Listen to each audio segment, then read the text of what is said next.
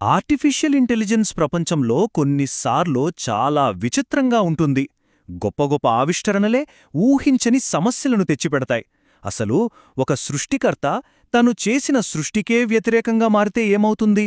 రండి, ఈరోజు మనం ఈ ఆసక్తికరమైన కథలో కాస్త లోతుగా వెళ్దాం. ఈ మాటలన్నది ఎవరో కాదు, జెరెమీ హోవార్డ్. ఫైన్ ట్యూనింగ్ ఈరోజు మనం ఏఐలో వాడుతున్న ఒక విప్లవాత్మకమైన పద్ధతి ఉంది కదా, దానికి ఆద్యుడు ఈయనే. మరి విచిత్రమేంటంటే ఇప్పుడు ఆయనే అది తప్పు వాడకూడదంటున్నారు.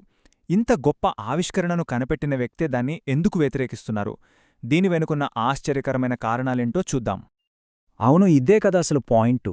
ఒక ఫండమెంటల్ టెక్నిక్ని దాన్ని కనిపెట్టిన వ్యక్తే ఎందుకు వద్దంటున్నారు? ఈ చిక్కుముడిని విప్పాలంటే మనం కాస్త టైంలో వెనక్కెళ్ళాలి. కథ మొదలైన 2018 సంవత్సరానికి వెళ్దాం. సరే, మనం ఇప్పుడు 2018లో ఉన్నాం. అప్పట్లో జెరెమీ హోవార్డ్ ఏఐ ప్రపంచంలో ఒక పెద్ద పేరు కాదు, ఒక రకంగా చెప్పాలంటే ఒక అవుట్ సైడర్. పెద్ద పెద్ద యూనివర్సిటీల బ్యాక్గ్రౌండ్ లేదు, కనీసం పీహెచ్డీ కూడా లేదు. అయినా సరే ఏఐ ట్రైనింగ్ రూపురేఖల్ని మార్చేసే ఒక ఆలోచన మాత్రం ఆయన దగ్గర ఉంది. ఆ రోజుల్లో పరిస్థితి ఎలా ఉండేదంటే, ఏఐ కమ్యూనిటీలో ట్రెండ్ అంతా ఒకటే. అదేంటంటే భారీ డేటాసెట్లు తీసుకొని మోడల్స్ని మొదటి నుండి స్క్రాచ్ నుండి ట్రైన్ చేయడం. కాని హోవర్డ్ ఆలోచనలు దీనికి పూర్తి విరుద్ధం. అందుకే ఆయన చెప్పేది వినడానిక్కూడా ఎవ్వరూ సిద్ధంగా లేరన్నమాట.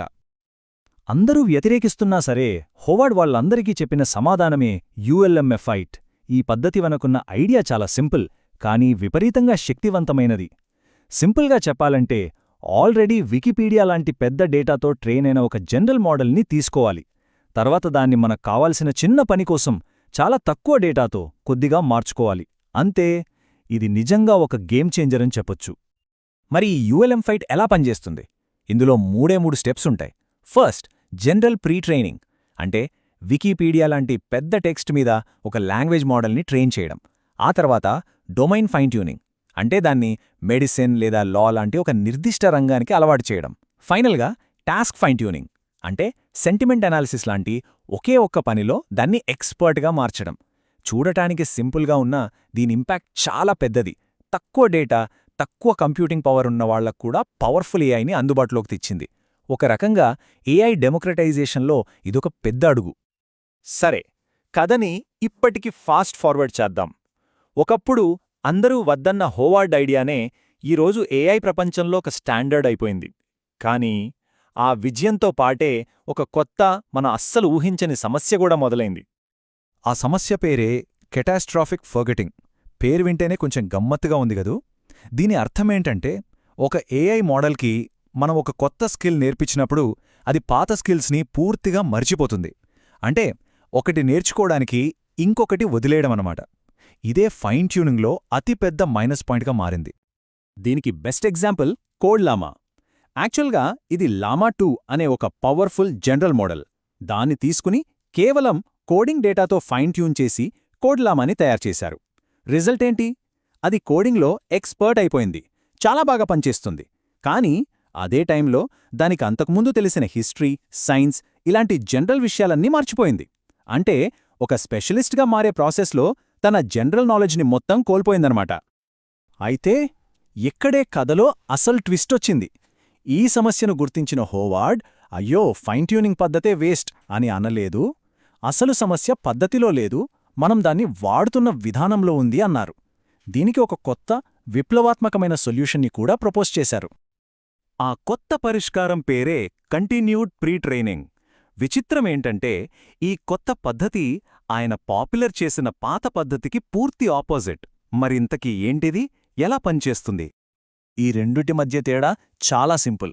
పాత పద్ధతి అయిన ఫైన్ ట్యూనింగ్లో ట్రైనింగ్ అనేది వేర్వేరు స్టేజెస్లో జరిగేది. కానీ ఈ కొత్త పద్ధతి అంటే కంటిన్యూడ్ ప్రీ ట్రైనింగ్లో అలా కాదు. మొత్తం ట్రైనింగ్ ప్రాసెస్ని ఒక సింగిల్ కంటిన్యూయస్ ప్రాసెస్గా చూడాలి. ట్రైనింగ్ని మధ్యలో ఆపి వేరే స్టేజికి వెళ్లకుండా మొదటి నుండి చివరి వరకు ఒకే ఫ్లోలో ట్రైనింగ్ కొనసాగించాలన్నమాట. ఈ కొత్త పద్ధతిలో కొన్ని సింపుల్ రూల్స్ ఉన్నాయి.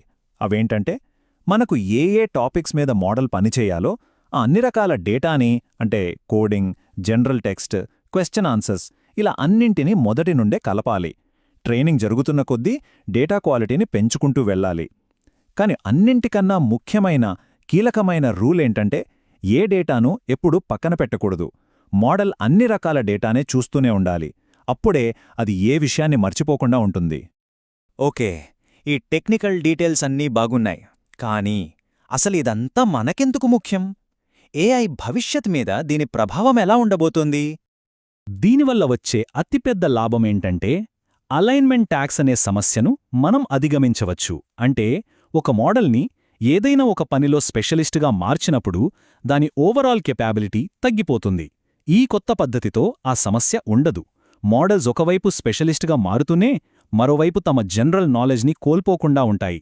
అంటే మనం ఇంకా తెలివైన, ఇంకా స్టేబుల్ మోడల్స్ని తయారు చేయొచ్చన్నమాట.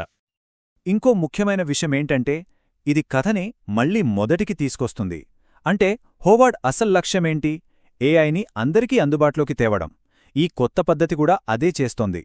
తక్కువ కంప్యూటింగ్ పవర్ అంటే జీపీయూ పేదగా ఉండే డెవలపర్లు కూడా పెద్ద పెద్ద కంపెనీలతో పోటీపడేలా అత్యుత్తమ మోడల్స్ని తయారు చేయగలరు. చివరిగా ఈ కథ మొత్తం మనల్ని ఒక పెద్ద ప్రశ్న దగ్గర ఆపుతుంది. ఈరోజు మనం ఏఐలో ఫండమెంటల్ అని నమ్ముతున్న ఒక పద్ధతిలోనే లోపముంటే ఇక మనం నిజమనుకుంటున్నా ఇది ఇంతే అని స్థిరపడిపోయిన ఇంకెన్ని ఆలోచనలో మనం ప్రశ్నించాల్సుంటుంది. బహుశా ఏఐ ప్రపంచంలో ఏది శాశ్వతం కాదేమో. అందుకే ఎప్పటికప్పుడు ప్రశ్నిస్తూ కొత్త మార్గాలను వెతుకుతూనే ఉండాలి.